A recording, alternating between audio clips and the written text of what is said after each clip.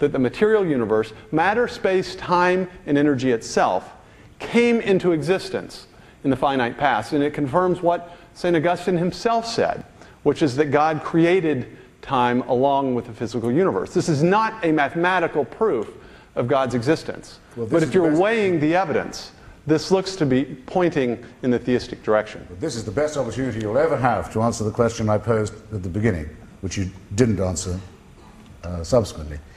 In that case, why can we be sure that nothingness is about to be delivered to us instead of somethingness? By the extraordinary events that I just described, the heat death of the universe, the doubling of the speed at which it's expanding away from itself, and the collision of our galaxy with the galaxy Andromeda, which is booked for 5 billion years from now. So our somethingness is certain to be replaced, not in infinite, but finite, measurable, predictable time with nothingness, and you have nothing to say about that plan, that planner, that design, or that designer. You can't go on ducking this question any longer in my submission. You have everyone's waiting with bated breath here. I don't think that there's anything in the theistic view of the world that entails the universe is eternal. I think Mr. Hitchens is only life. Assuming some particular perspective that I do not represent. The life everlasting? The life everlasting in Christian theology, no, is not just a metaphor. It describes a transformation of the physical universe as we see into something of which we see a foreshadowing in Christ's resurrected body. I don't think that that doctrine is inferable from physics or cosmology, though, nor do I claim that. So that's why I'm not speaking of it.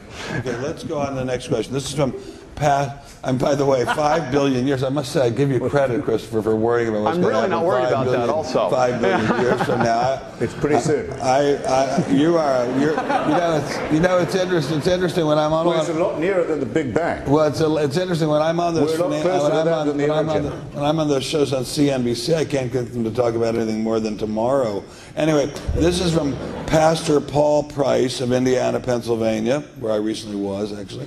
Mr. Hitchens, does it not take more faith to take your position that all things just evolved from nothing than to believe in intelligent design by God? It doesn't involve any faith at all, is the answer to that. By the way, on this point about 5 billion years not being very long, there was a lecturer who was giving this point about Andromeda, and someone got up and said, did you say 5 billion or 5 million? And the lecturer said, I said 5 billion. He said, and that's a relief. I thought you said 5 million. So relax now. It is, as everyone here has studied physics, even in as little as I have, in cosmological time, very, very soon. I mean, we can already see Andromeda with the naked eye. It's beginning to fill our night sky. We're a lot nearer to this than we are to the Big Bang, about which people speak so confidently as God's presumable work. So get real about that, I would. There is no, if you assume evolution by natural selection, no act of faith is required. Because everything works on that assumption. You can, if you're faced with a new virus, sequence its DNA, show its kinship with your good self, work out how to defeat it, work out perhaps how to preempt the next. Predictions can be made. This is not just a theory, as some people are fond of saying. It's a bit better than that. Anyway, there's nothing wrong with being a theory. It's a theory which survives tests. Whether applied to discoveries in the remote paleontological past, or the present biological moment, or the very fairly predictable biological and immunological future. We can rely on it. It's not a matter of faith at all. It's what happened. It's in the molecular biological record, and it's in the fossil record. There is no question but that evolution by natural selection did occur. There is some question about how, and these gaps are being filled in. Whenever new evidence is discovered, it is found to be congruent with, compatible with, the existing knowledge in the field. No one is entitled any longer, and in fact the effort's almost been given up, to assume that the gaps produce a mystery which can only be filled by an explanation from the supernatural. That's now considered to be too lame for most public consumption, unless you go to the Ohio Museum with the animatronic children and dinosaurs. By the way, who considers... Which I recommend, by the way, that you do. Who does consider it that lame, Christopher? What? You said it's considered that lame. It's considered pretty lame but to... Who considers it's it considered pretty lame, I find. I can't... our comrade of this evening, for example, hasn't taken the opportunity to plead that case. I find it's increasingly rare among creationists to find that those who subscribe to it will argue the God of the gaps as confidently as they once used to. But when it hasn't happened tonight. But you said it's considered. I mean, well, I'm saying that, I'll rephrase if you like. It appears to be uttered with considerably less confidence and frequency than it did. I notice the Reverend Cromarty is even nodding there. Change. Jay? Yes, again, I hope someone is taking count of the subjects that are being discussed and the number of insults that are being hurled from one or the other podium tonight. But I fully agree. I don't think the arguments... I don't think the argument before us tonight about theism or atheism ought to be based on the things that we don't know. I think it ought to be based on the things we do know. And I think we do know with a fair degree of certainty that the universe is not eternal, but it came into existence in the finite past, so that it forces upon us a fundamental question that deals with one of the first principles of logic. The universe had a beginning. We know something doesn't come from nothing. Everything that has a beginning has a cause for its existence. The universe had a beginning, so it must have had a cause for its existence. It can't have caused itself to come into existence.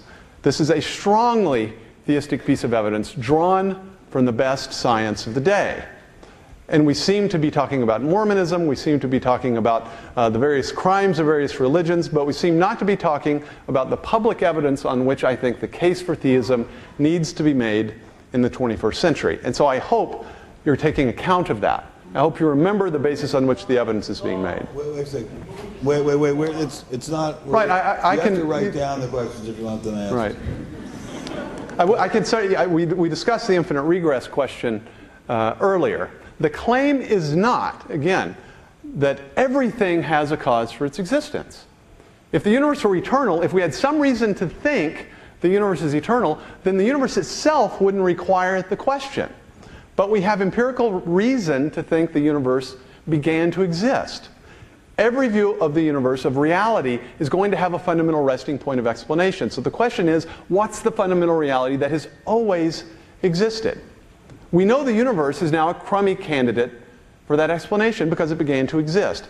God did not begin to exist, nor do we have any reason to think so. So in the competition between the two hypotheses, we know the universe began to exist. That's why I think in that particular piece of evidence, theism wins the day over materialism. It's not even casuistry. You just said something can't come into existence uncaused unless it's God. No. God did not come into existence. God did not come into existence. The argument is that everything that begins to exist must have a cause for its existence. That's the argument. It's not everything has cause. With the exception of your a priori. No, the universe itself. No, not at all. The universe itself might not have had a beginning. It might have existed from eternity. We know that's not true about the universe, so it calls for a cause. Here's a question from Tracy in Ontario, Canada. I think this town is called Staines or Stainer in Ontario, Canada. At one point there was organic matter or inorganic matter, and then there was organic matter. How did organic matter originate? We'll start with, since we usually start with Christopher, we'll start with you this time, Jay. Yeah, there's this fundamental question. Everyone recognizes it. It's not as if the atheists or the theists recognize this as a problem.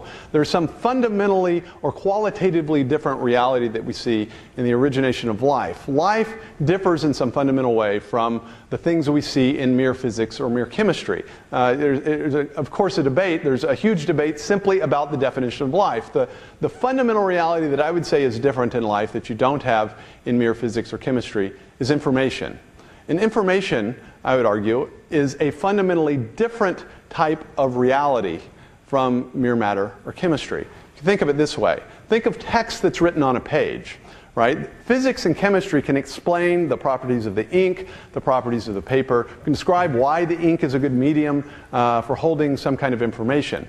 But the information on a page, the message, is different. It's grounded in the medium, right?